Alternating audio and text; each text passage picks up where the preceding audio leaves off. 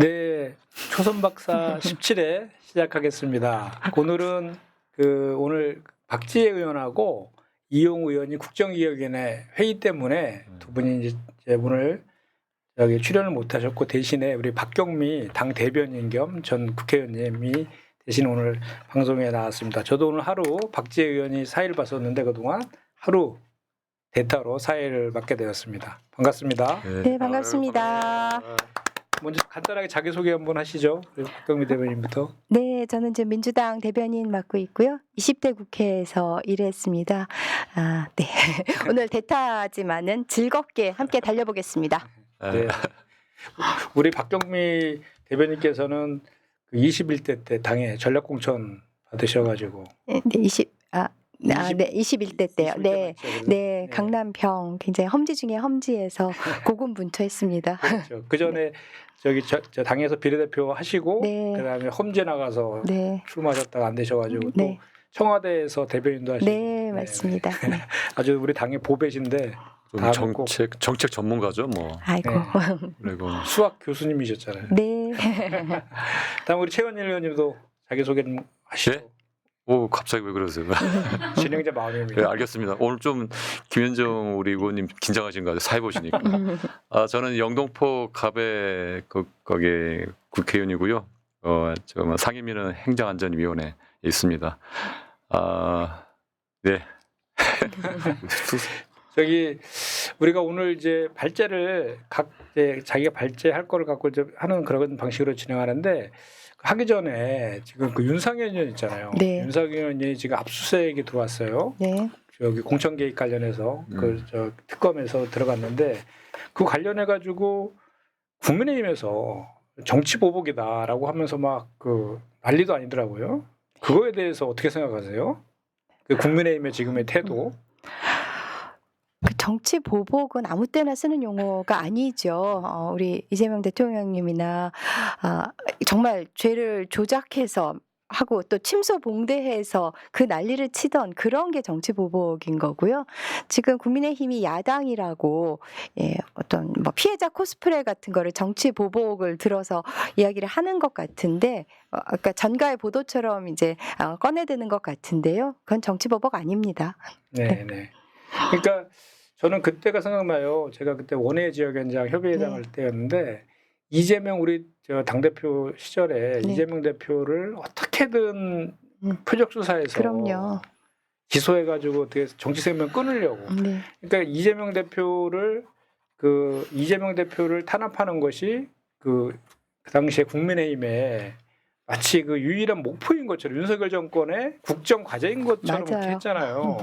그러면서 정말 그 친윤 검사들이 정말로 탈탈 털어가지고 정말 지금도 뭐 재판에 계류 중인 게 5개나 있지 않습니까? 그 과정에서 국회에 막 침탈하고 헌정사상 처음으로 막 그 정당의 사무실을 압수수색하고 막 그랬잖아요. 그 만행을 막 저질렀잖아요. 네. 그때 23년도 9월 달에 왜 이재명 대표 결국 체포동의안 네. 국회에 결국은 상정이 돼가지고. 가결됐다. 예, 그런데 그때는 저희가 당에서 이거는 야당 탄압이고 정치 보복이 정치 탄압이다라는 거를 규정하면서 아주 강하게 대응을 했음에도 불구하고 체포동의안 표결 때는 자유 표결을 했어요. 그래서 그때 왜 가결됐었잖아요. 그때 네. 아픈 기억이 있는데 그때 국민의힘 의원들이 소통관에서 기자회견도 하고 의총도 열어가지고 불체포 특권을 내려놓겠다라고 하면서 67명이 서약까지 했었거든요. 그때 윤상현 의원도 거기 들어가 있었고 윤상현 의원은 한 개 더 나가서 법안까지 발의했어요. 불체포 특권을 내려놓는 국회법까지 개정했었거든요. 근데 그런 사람이 이제는 이제 공천 개입과 관련돼서 압수수색 받고 이제 사실은 이번에 압수수색을 하는 거는 범죄 혐의가 상당히 구체적이잖아요. 녹취록도 나오고. 그럼요. 네. 상현이한테 내가 얘기할 게 이런 전 국민이 몇 번씩 들은 그렇죠. 그 명백한 녹취가 있는데 죄를 그냥 덮어둡니까? 맞아요. 네. 그래서 그때 또 윤석열 검찰 당시에 또 그 박근혜 전 대통령도 그거 정당법 자유방해죄 위반 했다 그래서 왜 공천 개입 관련해서 징역 2년 선고받게 만든 장본이기도 하잖아요, 본인이. 근데 그렇게 녹취록까지 나왔어요. 이게 너무 그 혐의가 그때보다 훨씬 더 명확하잖아요. 네. 그러니까 그거를 관련해서 이제 압수수색하고 좀 더 나아가서 이제 구수 체포의 필요성이 있으면 체포 동의안은 이제 국회로 올 것인데 그거를 예상해가지고 저렇게 정치 보복 운운을 하고 있는 거예요 지금. 지금 윤상현 의원에 대한 이제 압수수색은 일단 그 고리를 이제 정확하게 뭐 공천 개입 네. 그거를 확인하는 거잖아요. 그러니까 김상민 전 검사 네. 또 그리고 그 김영선 전 네. 의원 그리고 거기에 이제 가장 이제 그 방송에서 나왔듯이 윤석열 전 대통령이 육성으로 상현이에게 뭐 연락했다 뭐 그런 식으로 했기 때문에 이거는 뭐 당연히 뭐 이게 특검에서 안 할 수 없는 거죠. 네. 네. 예, 그걸 안 하고 어떻게 뭐 수사를 제대로 할 수 있는지 그거는 뭐 정치 보복이 아니라 진작에 그 기존 검찰 네. 윤석열 검찰 때 당연히 했어야 되는데 그쵸, 너무 만시지탄이죠. 늦었죠. 너무 네. 늦었죠. 예. 그렇죠. 정말 빼박 증거들이 이렇게 즐비한데 그거를 수사 지금 하는 거 지금도 늦었는데 정말 윤상현은 정말 적반하장, 정말 후한무치 네. 이런 사자성어를 쓸 수밖에 없습니다. 그리고 그 당시만 해도 국민의힘이 유명한 신조어 막 만들어냈잖아요. 뭐 특검 거부한 자가 범인이라고. 네. 지금 특검에서 하고 있는 거잖아요 수사를. 네. 그죠? 그대로 돌려드려야죠. 그리고 뭐 윤석열 아니 저기 윤상현 의원 같은 경우는 지난 정권에서 찐윤 중에 찐윤이잖아요. 그리고 모든 그 뭡니까 저쪽 뭐죠 정강훈 그 집회 때 뭐 단골로 가고 서부지법 그 난동 때도 나가서 어떤 그런 부분도 여러 가지 역할을 했고 그래서 이번에 어떤 윤상현 의원에 대한 이제 압수수색이나 수사가 어떻게 뭐 요번에 비정상의 정상화 그러니까 새 정부 들어와서 전 정권의 여러 가지 적폐 그걸 하는 데는 어떻게 보면 가장 핵심적인 사람 중에 한 사람 생각해요. 그래서 그분이 했던 건 어때 아까 말했지만 사필 규정이고 이건 당연한 거라고 저는 봅니다. 네. 예. 보니까 이번에 그 혐의가 업무방해죄하고 정치자금법 위반하고 뇌물수수 이렇게 그 윤석열하고 김건희 그 혐의에 대한 공범으로 적시가 됐고 정진석 그 전 비서실장도 그 피의자로 네. 적시가 되어 있다고 하더라고요. 그러니까 그 명태군한테 3억 7천여만 원어치의 여론조사를 무료로 무상으로 받는 대가로 김영선에 대한 공천을 줬다. 이렇게 근데 이게 내용이 너무도 딱 빼박 아니에요? 네. 명태군 얘기도 있고 녹취록도 있고 너무도 명확한데 이렇게 명확한 증거까지 전 국민이 다 봤는데도 정치 보복이라고 우기면 우리 이재명 대통령이 너무 억울하지 않습니까? 맞아요. 사필 기정인 것 같아요. 우리 저기 박경미 의원님 말씀처럼. 그래서 어쨌든 지금 내란 특검부터 해갖고 세계 특검이 정말 잘하는 것 같아요. 신속하게. 네. 그죠? 요즘 무더위 속에 그나마 한 줄기 물줄기인 것 같습니다. 시원함과 통쾌함을 주는 유일한 낙입니다. 네. 그리고 지금 저희 당에 제보들이 많이 들어오고 있어요. 저한테도 뭐 기자한테 들어왔어요. 저한테는. 그래서 그 이제 특검이 이제 세계가 가동이 되니까 김건희와 관련된 특히 제보가 많더라고요. 그래서 당 차원에서도 그 제보센터 같은 것도 운영할 그런 것도 지금 검토 중에 있는데 어쨌든 이번에 빨리 내란 특검에서 빠르게 정말로 그 진상을 다 규명해가지고 법치주의를 다시 정상화시키는 그런 계기로 좀 삼아야 될 것 같아요. 네. 저희가 이제 시작하면서 간단하게 한번 윤상현 의원 얘기를 좀 해봤는데 네. 그럼 지금부터 우리 발제하는 거 순서로 좀 들어가 볼게요. 네. 첫 번째 발제는 우리 박경미 이제 의원님이신데 네. 제목이 이제 열리라는 이재명 대통령실 참모들 이렇게 했습니다. 네. 뭐 대통령실이 정말 열일하고 있는 건 우리가 잘 다 지켜보고 있죠. 강훈식 비서실장 5kg 빠지고 요즘에 잇몸이 안 좋아져서 인사도를 먹고 있다라는 그런 얘기를 들었고요. 또 강유정 대변인 뭐 하루에도 몇 번씩 온브리핑하면서 정말 열심히 일해주시고 계신데요. 제가 그 청와대 대변인으로 일했었기 네. 때문에 그 대변인 관련해서 몇 가지 좀 말씀드리겠습니다.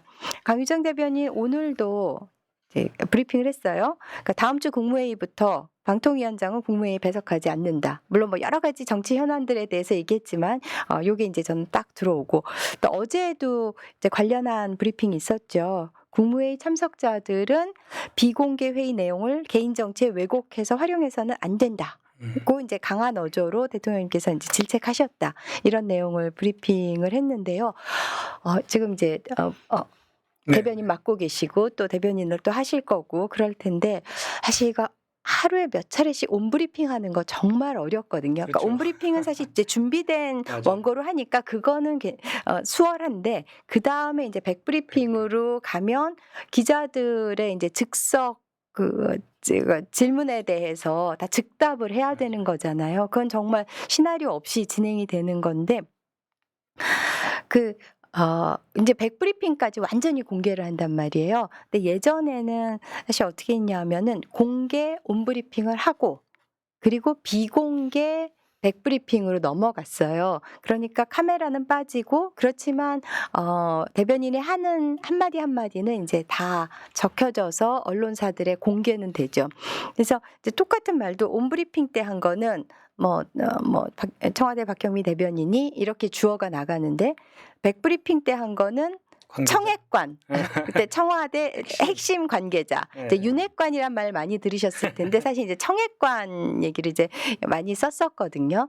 그러니까 갑자기 주어가 똑같은 사람이 한 건데 공개에서는 대변인이 그러다가 그 다음에는 청핵관으로 바뀌는 좀 그런 어색한 상황이었는데 지금은 이제 다 강유정 대통령실 대변인으로 가겠죠. 근데 윤석열 정부 때 제가 보니까 대통령실 대변인들 날로 먹었어요. 그러니까 그때는 네. 서면 브리핑을 주로 하더라고요. 서면을 하면은 백브리핑을 안 그렇죠. 하니까 음. 사실 백브리핑이 식은땀 나는 상황이거든요. 사실 청와대 대변인이 정말 극한 직업이죠. 이제 당 대변인, 원내 대변인 이렇게 해서 여러분이 계시니까 조금 책임이 분산되잖아요. 근데 요일도 이렇게 당번을 정하고 그런데 이거는 뭐 매일 하셔야 되고 또 어떤 천금의 무게를 지닌 대통령의 입이 되어야 하니까 그 무게감이 정말 근데 그 대통령실은 대변인 한 분만 두는 거예요. 이렇게 뭐 이유가 있나요? 근데 부대변인 이번에 그러니까. 둘이 있지요. 네. 같이 아마 협업하시고 또 저 홍보소통 보통은 수석님도 또 남녀 대변인 한 번씩 두잖아요. 이렇게. 근데 대변인은 한 명씩 또 뜬 것 같아요. 그 전에는 홍보수통 수석이 홍보수통 박수현 네, 홍보수통 수석할 때 많이 하셨죠. 하셨는데 네, 네. 지금은 잘 안 하시는 것 같아요. 네, 이규환 홍보수통 수석은 스타일인가 보네. 브리핑은 잘 안 하시는 네. 것 같은데 보통 그러니까 국민소통 수석하고 이제 대변인하고 같이 나뉘어서 그 했었는데 강유정 대변인은 제가 얼마 전에 제가 공관에 가서 식사를 네. 만찬할 때 봤는데 네. 좀 뭐랄까 친근해 보이더라고. 네. 다크서클도 내려오고 네. 제 앞에 이제 원내대변 하셨는데 네. 제가 힘들죠, 그래도 힘들어요. 네. 그렇죠. 요즘에는 표정을 보니까 적응을 하신 것 같은데 네, 적응하시는 굉장히 거 자연스럽고 네, 생기 피곤하지만 발랄하고 네. 대통령이 워낙 그냥 그 워커홀릭이니까 네. 밑에 참모들이 네. 정말 힘들 것 같아요. 그래도 음, 그만큼 힘든 만큼 또 우리 국익이라든지 국민들은 그럼요. 또 편안해지시는 거니까. 네. 근데 아까 이제 우리 강유정 대변인으로 상징이 되고 있는데 진짜 뭐 대통령이 워커홀릭이잖아요. 네. 해가 지지 않는 나라라는 이제 또 유머가 또 돌더라고요. 네? 왜 그러냐면 올빼미 대통령과 새벽 총리. 그러니까 아, 총리까지 이제 밤샘을 각오하신 대통령과 또 새벽 또 새벽에 일어나서 이제 하시는 새벽 총리. 그러니까 두 분이 밀고 당기고 하면서 미성락 외교안보수석은 코피 터지고 그렇죠. 그리고 다크서클 또 대변인 다크서클 생기고 강원시 실장님 아까 잇몸 또 배내고 그래서 참 그런데 국민은 행복하다. 그럼요. 네. 코피 터지고 이렇게 하면은 대통령께서 좀 시험시험 해라 이렇게 하실 줄 알았더니 그 정도는 괜찮아. 공직자들은 네. 한 시간은 5,200만 시간이니까. 맞아. 야 진짜 대단하신 것 같아요. 근데 대통령님이 그 당대표 때도 그러셨어요? 아니 당대표 때도 그러셨죠. 그러니까 제 그 기억으로는 새벽 1시 반에 막 텔레 보내시고 그랬어요. 진짜 잠이 별로 없으시고. 그러니까 되게 그러니까 뭐랄까 이렇게 실무형이세요. 이렇게. 네. 그래서 저희가 이제 월요일 날 이제 우리가 이제 최고위원회도 있지만 월요일 날 오후 4시 항상 저기 고위 전략 회의를 하거든요. 그때 이제 그 전략 같은 거를 많이 논의하는데 뭐 한 2시간씩 하셔요. 그러니까 토론하는 걸 좋아하시더라고. 네. 자기가 뭔가 이렇게 그 중점적으로 해야 될 것에 있으면 여러 사람들의 의견을 이렇게 두루 청취하는 그런 게 몸에 보이신 것 같아요. 그리고 항상 결론을 내야 돼요. 그렇게 저 꼼꼼하니까 같이 일하는 사람들은 그 이상으로 이제 준비해야 되니까. 네. 우리 최현일 의원님도 구청장 하실 때 그랬다고 들었는데. 저도 열일하고 진짜 워커홀릭인데 네. 대통령에 비하면 10분도 안 된 것 같아요. 저는 밤잠 일찍 자고요. 네. 새벽에 일어나는 스타일이었는데 네. 대통령님은 밤도 새시고 아침 일찍 또 새벽 깨시는 스타일이어서 참 네, 타고난 체력이라고 그렇게 대단하시다는 말씀도 것 하시고 본인이 뭐 그러시더라고요. 정신적으로 네. 강인하시기도 네. 하고 참 부모님한테 그 체력 타고난 게 네. 복이다 이렇게 네. 말씀하시더라고요. 이제 우리는 이재명 보유국. 네. 저 뉴스 보는 게 낙인 그런 세상이 돼서 너무 좋아요. 그래서 3년 전에는 이제 윤석열 정부 들어오고 나서는 이제 정말 뉴스를 안 보고 싶잖아요. 그래서 제가 운동을 열심히 하는데 러닝머신에서 뉴스 안 보려고 하다 보니까 EBS 수능 방송 이런 거 봤어요. 근데 사람들이 지나가다가 이렇게 보고 아유 저 아줌마 저 나이에 뭐 방통대 갈라나 뭐 이러고 그런 눈길을 받았었던 기억이 나더라고요. 요즘엔 봐도 좋아요 뉴스를. 그 전에 청와대 이제 근무하셨으니까 네. 청와대 그러니까 대통령실의 그 일상 같은 게 쭉 잘 아실 거 아니에요. 네. 어때요? 그 저희가 일찍 출근하잖아요. 그쵸 6시 전에 출근을 하는데요.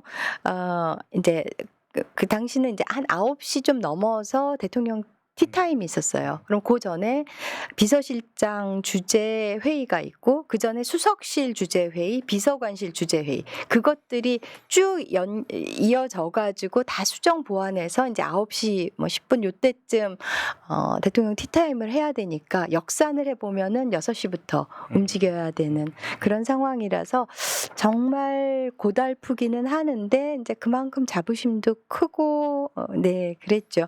그리고 이제 대변인 같은 경우는 저기 브리핑도 해야 되지만은 기자들 전화를 받아야 되잖아요. 맞아요.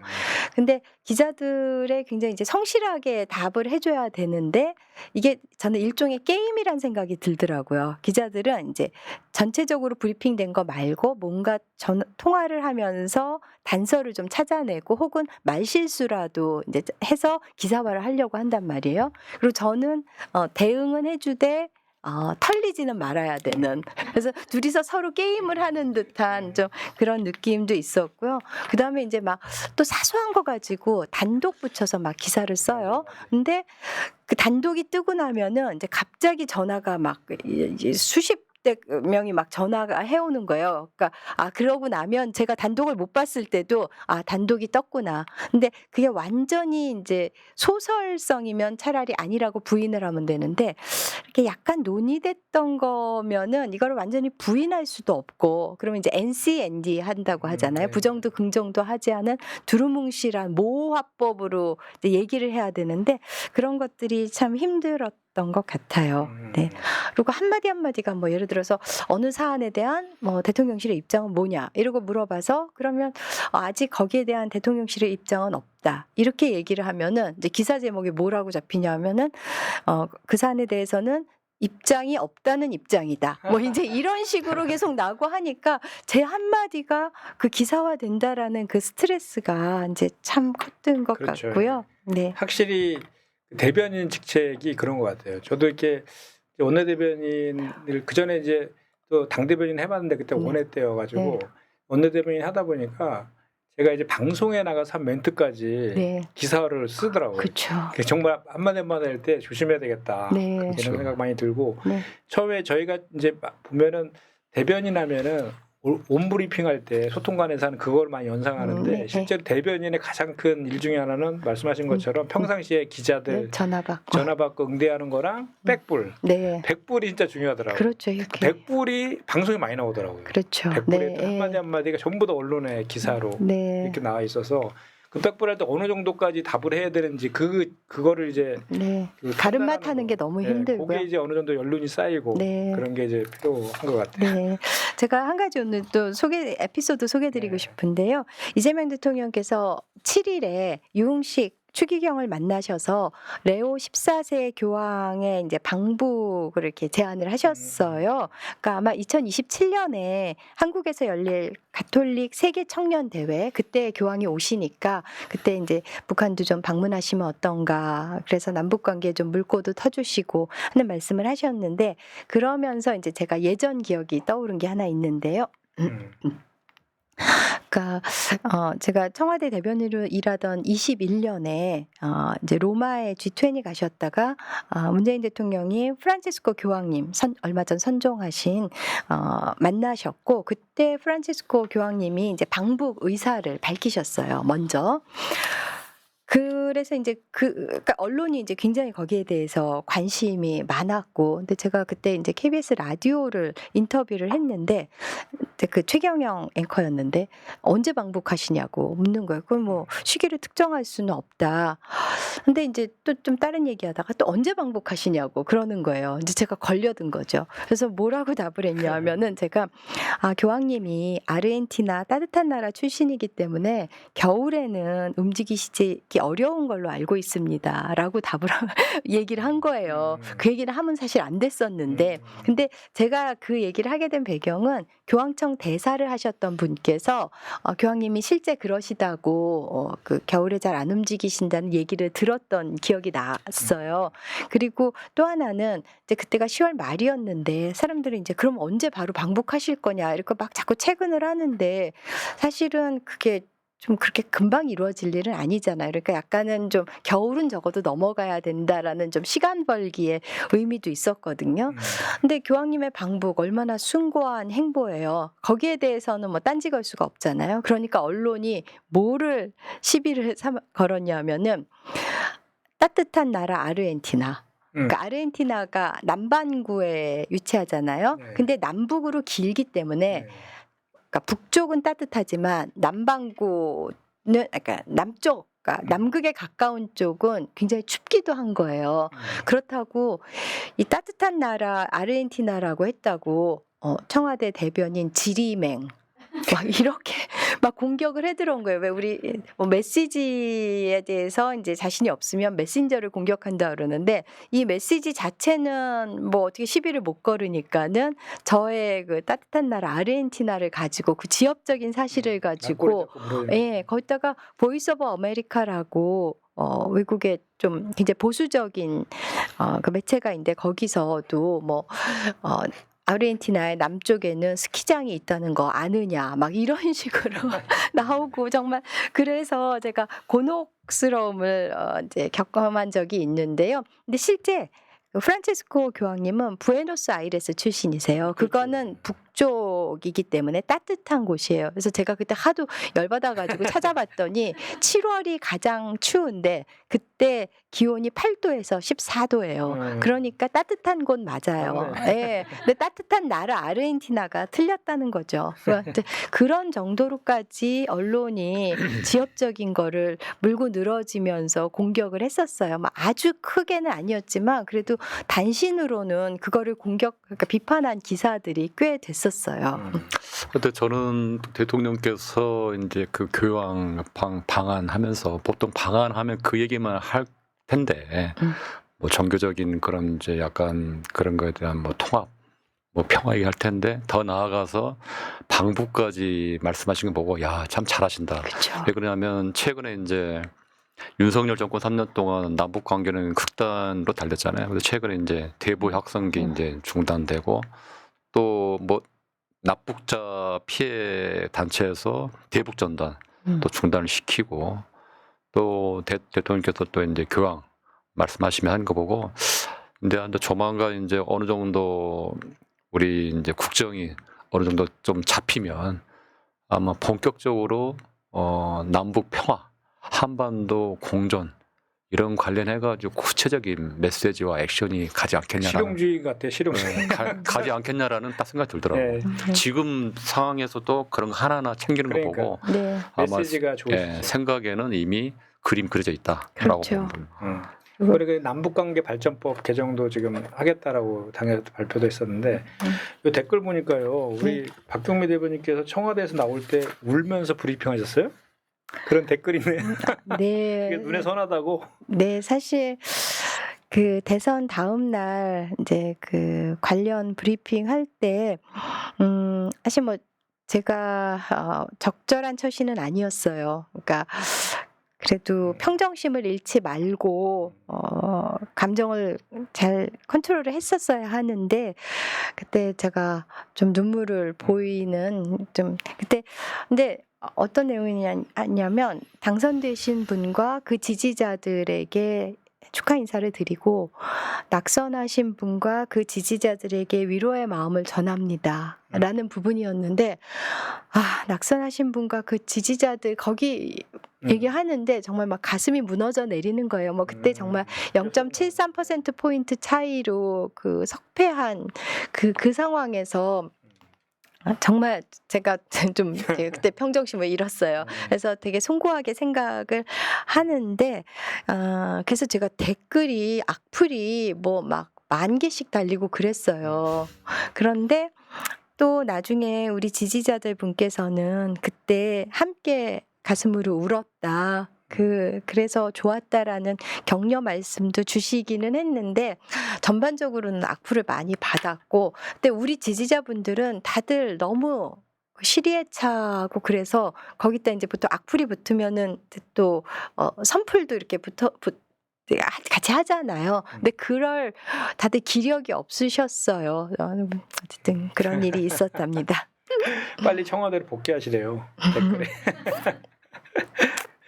아유. 지금 그러면 지금 대통령실 네. 관련해서는 그럼 주로 거기가 이제 크게 보면 비서실장이 있고 네. 정책실장이 있고 있고 안보실장. 국가안보실장 네. 이렇게 세 개 체계로 되어 있는 거죠. 네.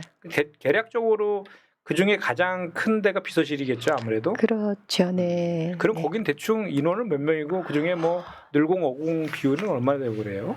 글쎄요. 그 구성을 어떻게 하느냐에 달렸겠지만 제가 가늠하기는 좀 어려울 것 같으네요. 근데 그렇지 않아도 제가 그 대변인실 관련해서 강유정 대변인께서 어떻게 구성을 하느냐 이제 늘공 어공이나 뭐 몇 급이 몇 명 있었냐 이거를 물어보시더라고요. 그래서 이제 통화하고 텔레 메시지 주고받은 적이 있는데 근데 제가 강유정 대변인한테 좀 그냥 프라이빗한 얘기긴 하는데 감동한 게 제가 이렇게 쭉 적으면서 제가 이제 정치 비타민이라는 책을 냈었어요. 근데 거기에도 이제 대변인 관련된 내용이 좀 있어요. 그래서 제가 그거 조금 참고되실 수 있으니 나중에 전달을 해드리겠다고. 왜냐하면 지금 너무 바빠서 못 읽으실 거 아니에요. 그런데 좀 있다가 이렇게 캡처해서 보내셨더라. 그 책을 주문하셨다고. 너무 감동했어요, 제가. 네. 그 와중에 맞아, 봤어요. 책을 읽으실 생각 저는 드려도 못 읽을 것 같아서 제가 그래서 참 대단한 분이다라고 이제 감탄을 했었고요. 제가 그냥 대변인 얘기로 한 가지 더 에피소드 네. 말씀드리면 21년 6월이었는데 북한하고 미국이 막 기싸움을 하면서 서로 말폭탄을 주고받던 때가 있었어요. 그래서 김정은 그 국무위원장이 한미 워킹그룹 폐지 관련해서 뭐 대화와 대결을 모두 준비하고 있다. 그랬더니 제이크 설리반 국가안보실장이 뭐 흥미로운 신호라고 하고 그다음에 김여정 부부장이 뭐 꿈보다 해몽이다. 뭐 이런 얘기를 이제 서로 막 주고받을 때였어요. 근데 브리핑을 하러 가는데 이제 속보로 뜬 꿈보다 해몽이라는 기사를 본 거예요. 그래갖고 이제 딱 온브리핑 하고 나서 백브리핑으로 들어갔는데 첫 질문이 이거예요. 꿈보다 해몽이라는 김여정 부부장의 발언에 대한 대통령실의 입장은 뭡니까? 이거예요. 근데 뭐 금방 속보 뜬 게 입장이 있을 리가 있겠어요. 근데 제가 이제 딱 말을 시작하면서 제가 오늘 실수한 얘기만 하네요. 이게 이게 따끈따끈한 뉴스지요. 이렇게 시작을 한 거예요. 왜냐하면 저는 금방 읽고 금방 뜬 속보기 때문에. 그랬더니 나중에 한 종편에서 그거를 또 비판해서 김여정 부부장의 발언에 대해 따끈따끈하다는 경박한 표현 뭐 이렇게 갖고 비판을 했더라고요. 뭐 따끈따끈한 뉴스는 뭐 좋을 때 보통 쓰는 건데 그 상황에 대해서 쓸 말은 아니었던 거죠. 그런 식으로 한마디 한마디가 다 비판받는 게 그 대변인 자리라는 그런 생각을 거기에 비하면 당 대변인은 정말 저거죠. 그렇죠. 여기 분산되니까 여기는. 그렇죠. 네. 그리고 제가 뭐 설사 뭐 따끈따끈한 뉴스라고 해도 그냥 심각한 뉴스를 그렇게 표현해도 그걸 가지고 굳이 그 한 코너에서 이렇게 약간 왜 B급 컷 같은 거 이런 거 하는 그런 코너에서 그렇게 비판하지는 않았을 것 같아요. 그러니까 이게 당 대변인하고 청와대, 그러니까 과거에 청와대 대변인 차이가 그거 같아요. 그러니까 당 대변인은 그날 그런 이슈에 대해서 브리핑을 많이 하잖아요. 그러니까 언론에 많이 난 것들이 많잖아요. 근데 청와대는 전부 하는 거 하나하나가 전부 새로운 거잖아요. 그렇죠. 그러니까 네. 그 차이가 있는 거지. 네. 그러니까 언론에서 주목도도 엄청 높고 네. 그 차이가 좀 있는 것 같아요. 네. 그러면 우리 네. 일단 시간이 많이 지났는데 네. 우리 박경미 의원님의 열리라는 이재명 대통령실 참모들은 이 정도로 네. 하고요. 두 번째 이제 발제로 넘어가겠습니다. 네. 오늘 두 번째가 순서가 이제 전데 제가 사회를 보니까 순서를 바꿔서 우리 최원일 의원님 발제부터 하도록 네. 하겠습니다. 특검의 시작, 쏟아지는 뉴스들. 지금 아마 국민들은 되게 즐겁다.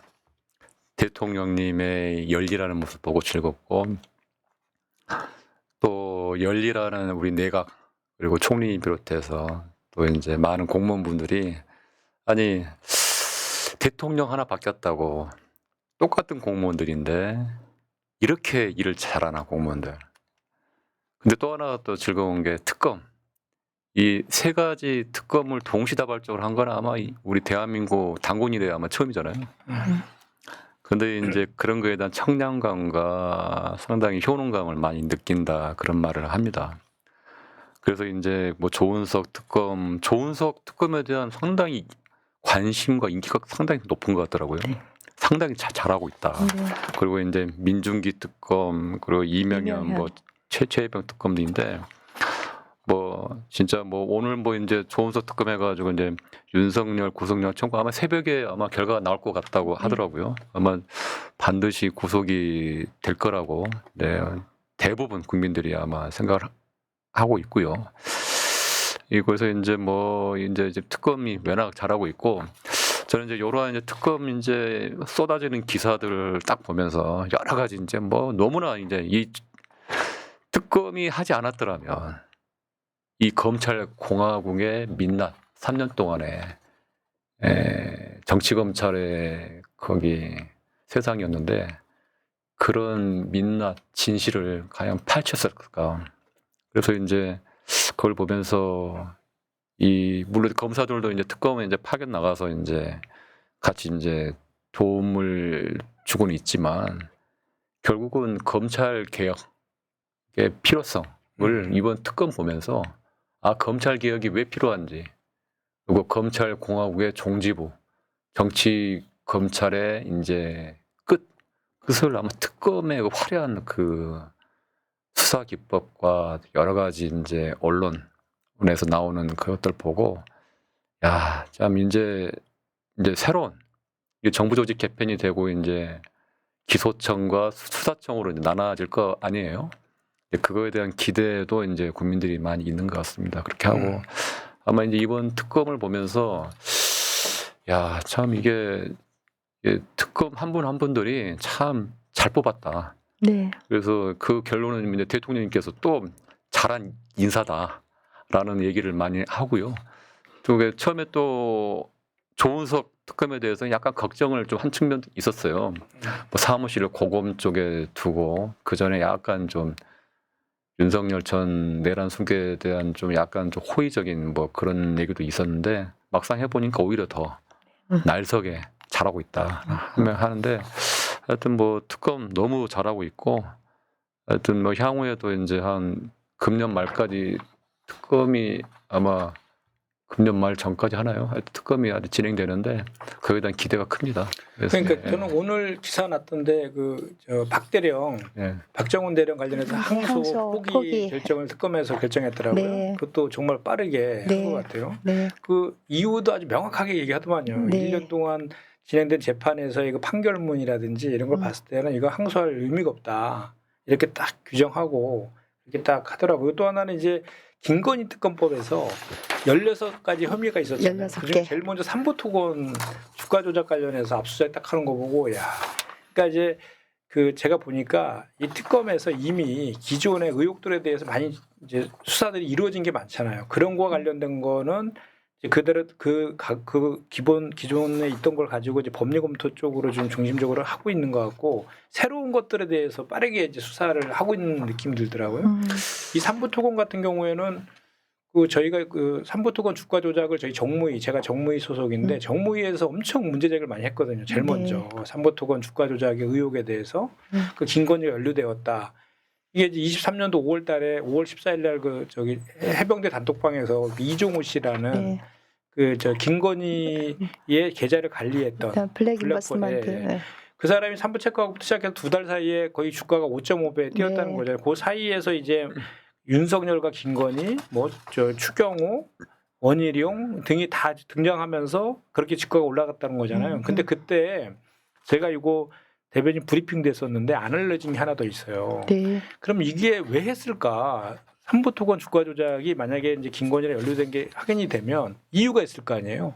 그러니까 두 가지 썰이 있는 거예요. 하나는 그 이종우 씨가 주가 조작 범이잖아요. 그러니까 도이치모터스 주가 조작이나 이런 것들에 대해서 김건희가 연루된 걸 너무 많이 아니까 소위 약점을 지고 있는 거지. 그래서 요 삼부토건 주가 조작도 김건희한테 얘기를 해서 끌어들였다. 이런 관점이 하나 있고 반대로 김건희가 이제 주가 조작에 재미를 들려서 요 호재로 해서 돈을 벌려고 이종우를 이용했다 이런 게 있더라고요. 제가 봤을 때 후자의 가능성이 추론상은 가능한데 그 이유를 뭐냐면 제가 요 새날에서도 그 와서 그때 한번 말씀드린 적이 있었는데 삼부토건은 사실 꼴이거든요. 100억 정도의 차익만 얻었거든요. 근데 그 같은 동일인 회사가 웰바이오텍이라고 있거든. 거기서 교환 사채를 헐값으로 매각하면서 400억 차익 얻은 게 하나 더 있어요. 그 400억에 12 헐값으로 매각했던 그 12를 헐값으로 샀던 그 안에 김건희가 연관되어 있는 사람들이 있지 않느냐는 게 합리적 의혹이에요. 합리적 의심이에요. 제가 갖고 있는. 근데 그거에 대해서 제가 그 특검한테 이것도 수사해라라고 제가 촉구도 했고 그다음에 정보 주셨어요 특검에. 예, 그리고 그 특검에서 연락도 왔었어요. 네. 우리 보좌관한테 연락도 왔다 그러던데 그리고 이제 또 하나는 그 이 삼부토건의 주가 조작에 대해서 이상징후 심리를 거래소에서 23년도 7월달에 했고 우리가 이제 정무위에서 문제 제기를 해서 작년 24년 7월달에 해서 금감원에 넘긴 게 9월이었거든요.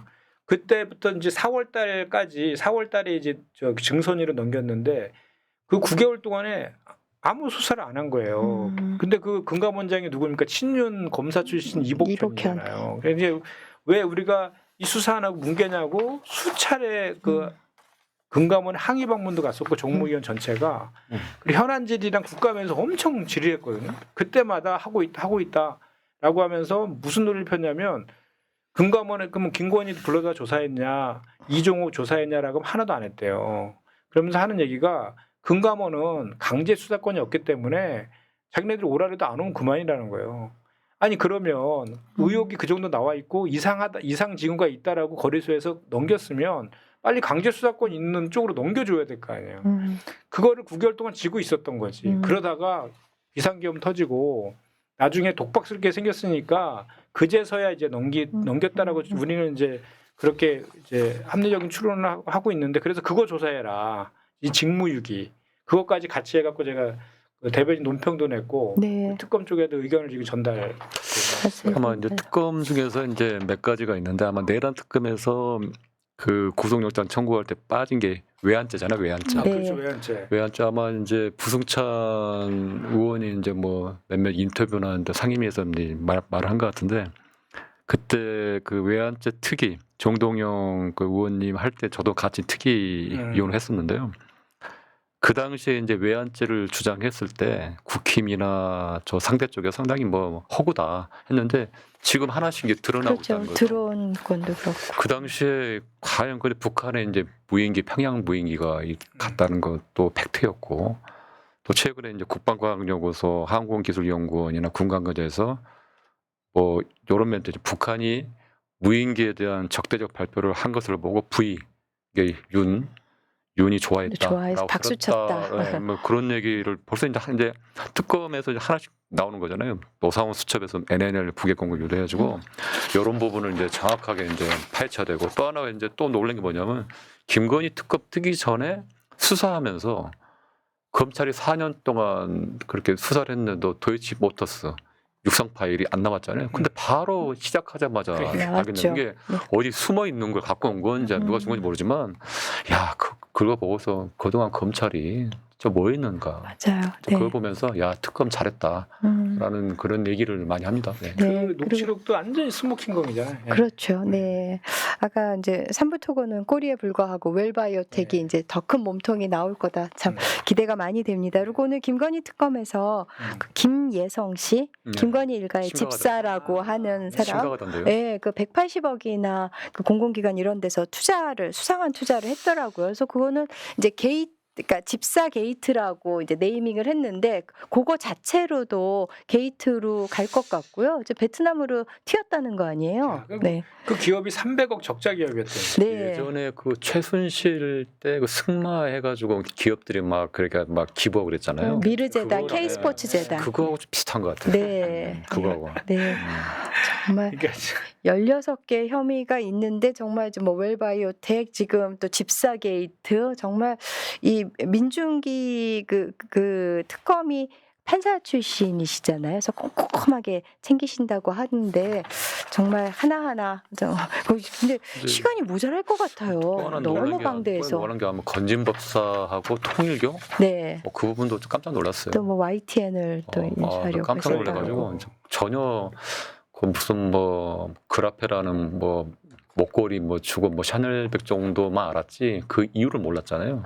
근데 그걸 보니까 뭐 여러 가지 그 사건에 대한 무마용이었다. 그리고 그거 떠나서 이제 뭐 특정 언론사 방송사 그거를 이제 그걸 하기 위한 그래서 야 이게 새로운 것들이 그 나오는구나. YTN이 YTN. YTN. 그러니까요. 네. 알고 계셨어요? 예? 알고 계셨어요? 아니 그 기사에 났잖아요. 그러니까요. 저는 그 윤석열이 항상 부하한테 책임을 전가하잖아요. 근데 그 사후에 만들어진 네. 계엄 선포문이요. 그것도 오늘 그러니까 그렇게 얘기를 했더라고요. 그러니까는 그 강의구 전 부속실장이 그냥 권한 없이 만든 것이라고. 그 만들라고 하고 또 폐기하라고 하고 지가 다 사주했으면서 또 강의구 부속실장한테 떠밀더라고요. 그러니까 정말 그러니까 못하는 비겁함의 네. 정말 끝판왕이에요. 그러니까 소위 말 표현이 그런데 양아치지 양아치. 그러니까 맞아. 대통령커녕 정말 시정 잡혀갔잖아요. 정말 못됐어. 그러니까 보통은 그 정도면 다 내 책임이다라고 그렇죠. 하잖아요. 이렇게. 예. 그죠? 그 사령관들도 말이라도. 지금 그렇게 품어 안잖아요. 그러니까 네, 우리 부하들은 이렇게 좀 뭐 보호를 해달라 이렇게 그런 근데 모습을 보이는데 그것도 이제 본인의 발목을 잡고 있는 거예요. 지금 이번에 구속영장 신청한 거에 증거인멸, 도주우려, 사안의 중대성 중에 증거인멸 사유가 될 수 있는 거예요. 지금 말씀하신 네. 게. 왜냐하면 강희구 부속실장하고 그 김성훈 네. 경호처 처장이 진술을 바꾼다며요. 그 윤석열이 변호인단 입회했을 때랑 없을 때랑 진술을 바꾼다며. 결국은 회유 협박하는 그렇죠. 거지. 증거인멸하는 거죠. 네, 그러니까 풀어놓으면 네. 또 입맞추기하고 협박하고 할 거 아니에요. 네. 그러니까 구속시켜야 되는 이유가 더 스스로 근데 만들어내고. 이제 그 새로운 정부가 들어서기 전까지는 이제 본인들이 의탁할 수 있고 혹시나 이제 두려움이 있어서 진실을 말 못하고 그런 측면이 있었잖아요. 이제 그 새로운 게 이재명 정부가 들어오고 나서는 본인들도 더 이상 이제 숨겨서 또 윤석열 내란 수계가 이렇게 떠넘기는 걸 받을 필요가 더 이상 없다. 그런 생각을 할 것 같아. 그래서 아마 조만간 아마 혼자 남을 것 같아. 혼자 남고 다 이제 본인은 배신하지만 그분들은 오히려 윤석열 그 떠넘기기에 신문이 나서 진실을 말하지 않겠어요? 그 여인영 그 방첩사령관 다 포기했다며요. 네. 네.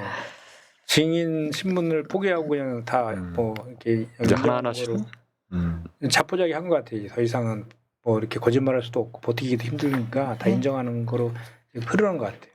네. 하여튼 이번에 그 3대 특검에서 정말 그 뭐랄까 이렇게 국민들한테 정말 아까 말씀하신 것처럼 속 시원한 그 수사와 그 결과를 딱 보여주면 진짜 좋겠어요. 네. 네. 그러니까 이번에 보면서 야, 정말 그 선출직 공복을 한 명 뽑을 때 정말 신중하게 뽑아야 된다는 거를 국민들께서 아마 몸소 체험하고 계실 것 같아요. 그러니까 모든 거를 권력으로 생각하고 임기 중에 자기의 그 사익을 챙기기 위한 할 수 있는 모든 것들을 다 한 것 같아요. 김건희랑 그 윤석열이가. 야, 그러니까 거기에 비해서 이재명 대통령은 정말 일만 하니까 얼마나 비교됩니까? 혹시 댓글에 뭐 박지훈이나 이용훈 댓글 없어요? 지금요? 아니 저기 우리 박경미 의원님만 많이 있어요. 아 박경미 의원님에 대해서? 네. 아 우리 또 있다. 네. 박경미, 김현정, 최현일 애써 주셔서 감사합니다. 아니 보통 뭐 안 나오는 분들이 보면 딱 댓글 하는데 아이고. 다행이네. 저는 요즘 특검 분들 그 모습만 봐도 좋더라고요. 조은석 특검 처음에 이제 좀 불안함도 있었지만 그리고 고검을 이제 사무실로 했을 때 좀 약간 갸우뚱하기도 했는데 사실 그 고검 건물의 구조를 잘 알잖아요. 그러니까는 그 뭐 지하 출입이나 뭐 이런 거 관련해서도 딱딱 조치를 더 잘 그 건물 구조를 잘 아니까는 그것도 뭐 신의 한 수가 아니었느냐 뭐 이런 얘기들도 하던데 그리고 이 조은석 특검의 이렇게 좀 매서운 눈빛을 이렇게 보면은 나도 그 이렇게 얘기하고 조금 안도감, 신뢰감 같은 게 생기고 그랬습니다. 그 감사원 상임위원 할 때 그 진짜 유병호 총장하고 그 감사원장한테 맞서서 얼마나 그 잘 싸웠어요. 그 조은석 그 상임위원이 거기서도 그 막아갖고 저기 바로 잡은 것도 많잖아요. 근데 거의 언론에는 노출이 안 되더라고요. 그러니까 언론에. 거기다 내란 특검법 같은 경우는 또 그 특검보 그 공보 담당하시는 네. 대변인 역할 하시는 분 여성분이시잖아요. 네. 아유, 또 여성분이 내용은 되게 엄중한 내용들인데 여성분이 또 이렇게 차분하게 이렇게 브리핑을 하니까 네. 그것도 되게 조화로운 것 같아요. 맞아요. 눈에 띄더라고요. 보니까 네, 그 네. 대변인 특검보. 네. 불비억이라 그랬나요 그때? 아, 법 앞에 기함이 없다. 그 사자성어. 불기업인가? 하여튼 네. 하여튼 우리 시간이 지금 벌써 한 13분밖에 안 남았는데 네. 이제 마지막 주제로 좀 넘어갈게요. 윤건희의 국정농단, 윤석열 구속 코앞 이 내용인데요. 이건 제가 이제 뽑아본 주제인데 오늘 지금 윤석열 관련해서 지금 그 구속영장 실질심사가 지금 진행 중에 있는데 요 끝나면 이제 그 결과 나올 때까지 서울구치소에 대기한다 하더라고요. 그래서 바로 구치소로 들어갔으면 좋겠다는 생각이 드는데 제가 보니까 우리가 이제 구속 사유가 아까도 얘기했지만 범죄의 중대성하고 증거인멸하고 그리고 도주 우려잖아요. 네. 지금 심지어는 도주 우려까지 있다라는 얘기까지 하더라고요. 전문가들이. 그러니까 지금 뭐 사안의 중대성은 사형 무기인 내란 외환의 혐의자이기도 하고 근데 이번에 구속영장 신청한 거에 대해서 재구속이라는 표현을 많이 쓰는데 정확히는 재구속이 아니라 서로 다른 혐의로 지금 구속한 거죠. 네. 그 전에 구속된 건 내란 혐의로 구속됐다가 지금 재판되면서 한번 풀려났기 때문에 네. 같은 거로는 구속영장 신청할 수 없어서 소위 말해서 이제 그 국무위원들이 그때 찬성하는 사람 9명만 불렀잖아요. 네. 그거 관련해서 이제 그 권리행사 방해죄 직권남용 권리행사 방해. 네, 그거하고 이제 사후 선포문 네, 네. 그거를 허위로 작성했다가 없앤 것. 네. 그 내용에 대해서 허위 공문서 작성 뭐 이런 것도 있는 것 같고 그다음에 그 공수처의 체포영장을 방해한 그것도 이제 그 특수공무집행 방해 네. 그거랑 비합본의 정보 삭제하는 요 혐의로 지금 그 구속영장 신청되어 있는데 그 내용들은 하나하나 굳이 다 얘기 안 해더라도 국민들이 다 봤잖아요. 그때 막 철조망 치고 막 그 차벽 인간띠 막 만들어가지고 그 체포 못하게 방해한 거 보고 뭐 총 막 메고 뭐 왔다 갔다 한 거 다 시킨 거 다 확인이 되고 있는 거잖아요, 그죠? 그래서 이번에 뭐 저는 구속영장은 무조건 나오지 않을까 이렇게 예상을 하는데. 그렇죠. 그 지기현 판사가 그 해괴망측한 논리로 합법적으로 탈옥을 시켜줬잖아요. 그러고 나서 이 인간이 정말 백주에 그 돌아다니는 그 거리를 활보하는 꼴을 보면서 정말 국민들이 천불이 났는데요. 이제 빨리 이제 평생 거기 있어야죠. 근데 이게 동일 사유가 아니라 이제 다른 사유로 구속영장을 청구해야 되는데 워낙 벌려놓은 게 많아서 그거 빼고도 아까 말씀하신 것처럼 정말 그 차고 넘치는 사유들이 있잖아요. 네. 그리고 이제 사법부 개혁이 이제 정중동이잖아요. 일단 뭐 검찰 개혁 논의가 이제 본격화되고 사법부 이제 개혁에 대해서는 약간 정중동인데 만약에 이게 구속이 오늘 건이 안 된다. 그럼 다시 한번 불 붙을 것 같아요. 특히 이제 계속할 것 같아. 조희대 공직선거법 우리 이재명 네. 그때 후보님이 관련해가지고 대법원 파기 한송을 해가지고 들끓었잖아요. 그때 이후로 이제 사법부의 권위가 실추되고 그래서 아마 지기현 판사뿐만 아니라 이 두 가지 건을 그래도 사법부의 그래도 이제 정의를 좀 실현하는 좀 그래도 좀 그런 좀 면피를 할 수 있는 건이 아마 오늘 이제 구속 심사라고 봐요. 그래서 아마 정상적인 판단이라면 그 영장 판사가 구속 영장을 받아들이고 구속할 거라고 확신합니다. 뭐 일부에서 보수 언론에서는 18일 만에 구속영장 신청했다고 마치 엄청나게 뭐 빛의 속도로 속도전을 벌이는 거 아니냐 막 이런 얘기도 하던데 찾아보니까 박근혜 전 대통령도 5일 만에 구속영장 신청했다고 하네요. MB는 4일 만에 했고. 네. 절대 빠른 게 아니에요. 빠른 게 아니고 애당초에 말씀하신 것처럼 풀어준 게 잘못이죠. 그렇죠. 네. 세례빠 질질 끌고 다니고 보리밥 먹으러 다니고 그러니 네. 국민들이 속에서 천불이 나는 거 아니에요. 그렇죠. 저를 네. 자숙하는 모습이나 보이든지 응? 선동이나 하고. 그렇죠. 그 내란 주요 임무 종사자들이 지금 다 들어가 있는데 혼자만 내란 수괴가 이렇게 활보하고 다닌다는 게 말이 되나요? 그리고 지금 아까 말씀하신 대로 지금 사유가 뭐 직권남용 권리행사 방해, 뭐 특수공무집행 방해, 허위공문서 작성 등등등 워낙 그 사유들이 많잖아요. 그러니까는 이건 당연히 구속영장이 발부되어야 하기도 하지만 만약에 지금 이 영장 전담 판사가 혹여 이제 다른 생각을 하려고 하더라도 자기가 제2의 직위원이 되는 길을 이제 자초하는 거잖아요. 그렇게는 못할 것 같아요. 정말. 그러니까 이번에 구속영장을 발부하지 않더라도 뭐 김건희 특검법, 최혜병 특검법 뭐 등에 뭐 한두 가지가 아니잖아요. 지금 너무 많아가지고 나중에 이제 우리가 재판을 하면 유죄 판결이 여러 개 나오면 그 형 가중하고 뭐 이렇게 경합 뭐 해갖고 하는 그 양형 이렇게 산출하는 게 있잖아요. 근데 계산을 못할 것 같아. 하도 많아가지고 정말 아이고. 하여튼 이 저 윤석열 그 이 내란 수계 우두머리는 지금 사실은 그 내란 특검에서 그 외환 유치죄 있죠. 네. 그쪽을 깊이 있게 지금 수사하려는 생각이 의지가 강한 것 같아. 그래서 일단 구속시킨 다음에 그거를 또 깊이 있게 외환 유치죄로 직진하려고 하는 그런 저는 느낌이 좀 들던데 다만 이제 그 외환 유치죄가 좀 이렇게 외국과의 통모해야 된다라는 게 있잖아요. 네. 조건에 구성 요건에 그래서 일단 북한을 외국으로 볼 것이냐가 하나가 있고 보더라도 통모를 했느냐에 대한 입증이 사실은 쉽지 않잖아요. 쉽지 않죠. 근데 그런 얘기했더니 어떤 분이 그러시더라고. 아니 그 대북 송금 관련해서는 잘도 기소하더만 뭐가 문제냐고. 지금 나와 있는 그것만 보더라도 충분하다. 뭐 네. 그렇게 말씀하시는 분도 있는데 그거 관련해서 그래서 내란 특검에서 두 가지도 같이 보고 있다 그러더라고요. 일반 이적죄, 네, 여적죄. 네. 일반 이적죄. 그거는 좀 입증이 그 외환 유치죄보다는 훨씬 더 수월하고 또 군 형법에 불법 전투 개시죄가 있다나요?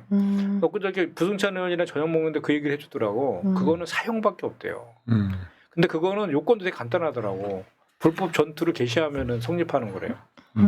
그러니까 뭐 외환 유치죄 갖고 뭐 입증 어쩌고 이렇게 그쪽에서 반대쪽에서 그런 논리 펴봤자 다른 것도 있다. 차고 넘쳐가지고 저 갖다가 적용할 법조들이 네. 그런 얘기도 많이 하더라고요.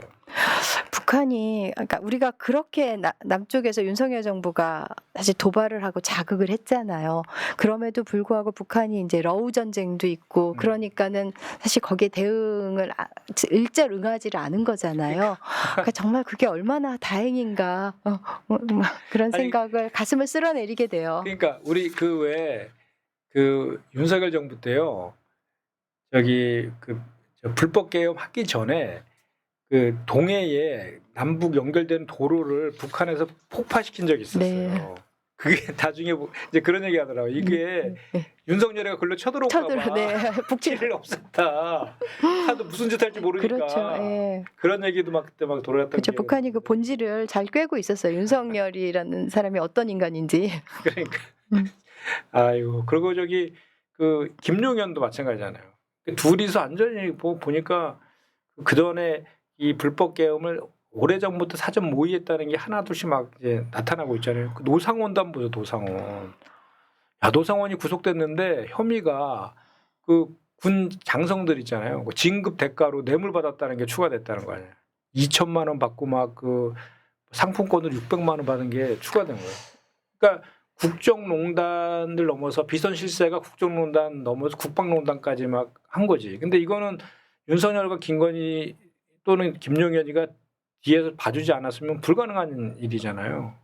그런 일까지 봐주고 싶어요. 근데 향후에 이제 그럴 것 같아요. 이제 깜짝 대통령이나 깜짝 정치인은 이제 안 나올 것 같아요. 이제 국회의원들도 보면 어느 정도 당이나 또 정치권에서 검증받고 그런 분들이 이제 국회에 오거나 선출직 된 사람이 많잖아요. 잘하잖아요. 이재명 대통령 같은 경우도 단체장도 하고 또 국회에서 야당 지도자로서 이제 성공을 하고 그러면서 이제 바로 되자마자 한 달 동안 진짜 열일하는 그런 모습 보이는데 그 검찰총장 뭐 그 전에 뭐 약간 파행적인 뭐 약간 인기를 얻었다 하더라도 전혀 검증받지 않는 사람이 오늘 갑자기 대통령이라는 진짜 말도 안 되는 그런 깜짝 됐잖아요. 그래서 향후에는 이제 국민들이 더 이상 이제 그런 일이 이제 없도록 이제 제대로 뽑아줄 거라 저는 생각합니다. 네. 그런 측면에서 이재명 우리 이제 대통령께서 그런 모습을 정확히 보여줬고, 왜냐하면 검증받았잖아요. 네. 이번에 그 윤석열이 오늘 이제 구속 영장 발부돼서 구속시켜서 외환유치죄까지 제대로 수사했으면 좋겠고, 그다음에 이제 한덕수 총리도 구속영장 각 아닌가요? 한덕수? 그럼요. 한덕수 총리 우리 왜 본회의장 나와서 했던 얘기 다 거짓말인 게 하나둘씩 다 확인되고 있죠. 거기도 보니까 위험하던데 보니까 그 맞아요. 구속 뭐 될 것 같다는 근데 생각이 그분들은 CCTV가 있다라는 사실을 몰랐나 보죠. 시간도 거짓말했다며. 글쎄요, 뭐 국무회의가 5분이라고 했는데 사실 이제 2분에 불과했고 등등등 그 문서들을 보는 그런 모습들도 이제 CCTV에 다 잡혔는데 저는 그렇게 그러니까 나이브하게 정말 순진하게 생각한 것도 좀 참 그러니까. 이해가 안 돼요. 그러니까 한덕수 총리가 지금 엄청 불안할 것 같아요. 그동안 자기는 알 거 아니야, 거짓말한 거를. 그렇죠. 근데 사전에 그 비상겸 하는지도 몰랐고 자기는 계속 만류했다라고 네. 계속 그렇게 국무회의 없었다라고 팍팍 우겨댔는데 하나하나 CCTV에 다 찍혀버렸잖아요. 그렇죠. 이상민도 그리고 마찬가지고. 적극적으로 뭔가 그 동조한 그 모습들이 네. 거기 나오고 네, 사후 포고령도 작성했다가 없애고. 네, 그러니까 아주 공범이잖아요. 네, 맞아요. 그 공범으로 적시됐더라고 그거는. 맞아요. 내가 봤을 때 한덕수 총리도 그래서 우리가 한덕수 총리 하는 짓이 이상하다 막 그랬잖아요. 내란 특검법도 거부권 행사하고 헌법재판관도 임명 안 하고 그러다가 나중에는 뜬금없이 대선까지 나갔잖아요. 그러니까 그래서 그때 왜 야 이거 한덕수 총리가 뭔가 약점 잡혔다. 윤석열한테 이건 것 같아. 그러니까 이제 시킨 대로 다 할 수밖에 없는 그런 상황이 됐는데 이제 와서는 이제 돌이킬 수도 없고 엄청 사시나무 떨듯이 떨고 있을 것 같은 생각이 들어요. 이상민도 이렇게 뭐 멀리서 무슨 뭐 투시 그 문서에 이런 내용이 있는 것처럼 쪽에 있다. 정말 그것도 너무 코미디예요. 이거 딴 이야기인데 그 이진수 방통위원장 네. 아마 국무회의에 이제 못 나오도록 네. 뭐 한 건가요? 네, 오늘 다음 나오지 주부터? 말라고. 네. 원래 그 국무위원이 아니잖아요. 아니죠. 근데 왜 그냥 배석자인데. 읽을 거는 없고 배석만 할 수 근데 왜 네. 이렇게 계속 나왔죠? 그런데 계속 발언하고 무슨 뭐 대통령하고 방통위원장에 된 거지. 아, 근데 너무 심하더라고. 뭐 지시하자고 지시하고. 논의하라 그랬는데 지시랑 논의가 뭔가 차이가 있나요? 그러면서 네. 뭐 대구시장 썰이 있더라고요. 네. 계속 그렇게 막 해가지고 네. 탁 세워가지고. 그래서 지시하고 의견 개진하고 이제 구분을 못 그러니까 그게 같다고 그러니까 지시하고 의견 개진이 그러니까 이제 오늘 드디어 저기 강윤정 대변인이 지시와 의견 개진을 구별 못하는 사람은 국무회의에 올 자격이 없다 뭐 이런 식으로까지 하는데 근데 그렇게 여전사 이미지를 가지고 하면 대구 시민들이 좋아하나요? 그 표독스럽고 그 불합리함의 극치인 그 행태를 보인 거 그걸로 이제 대구는 뭐 사실 그 국민의힘에서 뭐 공천을 받거나 경선을 뚫으면은 뭐 따놓은 당상 같은 데니까 근데 그게 마음을 얻을 수 있나요? 이재명의 대항마 이렇게 하면서 이제 그렇게 프레임을 이제 만들려고 하는 거죠. 네, 그래도 대구 시민들한테는 안 통할 것 근데 내가 같아요. 볼 때 이거는. 이진수 그 방통위원장도 지금 수사 대상이잖아요. 그쵸. 그 빵 뭐 네, 빵을 황진숙을 50만 원치 샀다 했나 빵을? 그게 빵진숙이라고 네. 막 그러던데 나는 이번에 그 갑자기 이진숙 얘기하니까 그 방송상법 있잖아요. 그것도 왜 야당이 반대하죠? 원래 야당이 찬성해야 되는 거 아니에요, 그게? 원래 그게 정권 바뀌면 대통령에다 임명하는 거 그거 바꾸자고 한 건데 우리가 여당이 됐잖아. 그래서 사실은 우리가 그 방송산법 관련해서 언론에서 왜 이렇게 이거는 속도 조절을 하지? 이게 대통령의 의중인가 막 그렇게 보수 언론에서 이제 약간 그런 시각도 보면서 약간 비판의 기조로 쓴 기사들이 있었거든요. 근데 이제 어제 다 정리가 됐죠. 대통령도 그 자기랑 똑같다 이렇게. 네. 그거를 이제 보수 언론에서는 이제 대통령 되니까 마음이 바뀐 거 아니냐 이런 식으로 이제 기조를 잡으려고 했는데 방향성이나 이런 거는 오히려 다 대통령의 뜻과 같다. 그리고 당도 같은 입장이다 이렇게 해가 다 정리를 지키긴 했는데 그 방통위원장이면 사실 그런 그 방송 3법에 대해서 오히려 자기가 그 방송의 독립성이라든지 이런 거에 대해 소신이 있으면 그렇게 해야 된다라고 오히려 그렇게 얘기해야 될 것인데 반대하잖아요. 이해를 못하는 거지. 그러니까 본인들이 그동안 해왔던 것처럼 이런 논리더라고. 그러니까 그 학계하고 이제 시민사회 그쪽에서 그 이제 이사회로 추천 그 몫이 있잖아요. 추천. 근데 거기에 들어오는 사람들이 다 진보 인사들로 들어올 거라는 거야.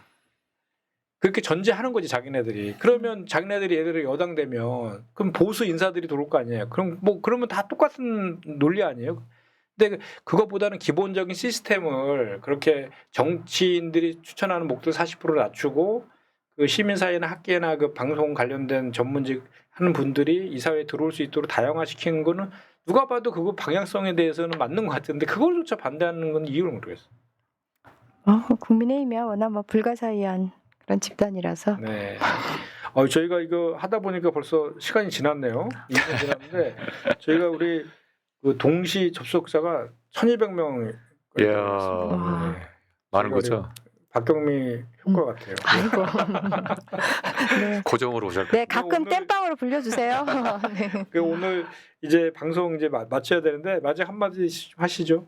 네, 그리고 이제 다음 주에 이제 인사청문회가 이제 맞아요. 있잖아요. 아마 뭐 여러 뭐 이제 또 뭐 언론에서 나오고 하지만 대부분 의혹들도 뭐 사실 무근인 게 많고 아마 후보들이 아마 청문회 때 이게 속 시원하게 아마 해명한다 했으니까 아마 이제 대통령께서 제대로 이제 일을 할 수 있는 기반이 다음 주 지나면 되지 않을까 해서 기대가 큽니다. 네. 야 댓글에 마친다고요? 지금 왔는데 이렇게 마시면서 박경미 매직이라고. 아이고. 맞습니다. 글쎄요, 이제 인사청문회 슈퍼위크인데요. 다 잘 통과하셨으면 좋겠습니다. 그러니까 뭐 부분적으로 뭐 흠결이 있는 후보도 있기는 하지만은 상대적으로 보면 윤석열 정부 때 그 국무위원 후보들, 장관 후보들 어땠어요? 상대 평가를 해보면은 이렇게 아마 답이 나올 것 같고요. 우리 새날 그 청취자 여러분들께서도 많이 지지를 보내주세요. 그러니까 그 후보자들에 대해서 사실은 그 청문회 한 다음에 이제 국민 여론이 이렇게 사실 이제 리트머스 시험지가 돼서 이렇게 임명을 할 수 있게 만드는 동력이 되는 거잖아요. 그러니까 많이 지지해서 이재명 대통령께서 이제 정말 더 열일하실 수 있는 그런 여건을 만드는데 도움을 주시면 좋겠습니다. 네, 그럼 이것으로 17회 초선 박사 마치도록 하겠습니다. 제가 초선하면 박사 이렇게 하면 됩니다. 네. 초선 박사. 박사. 마치겠습니다. 고맙습니다. 네, 감사합니다.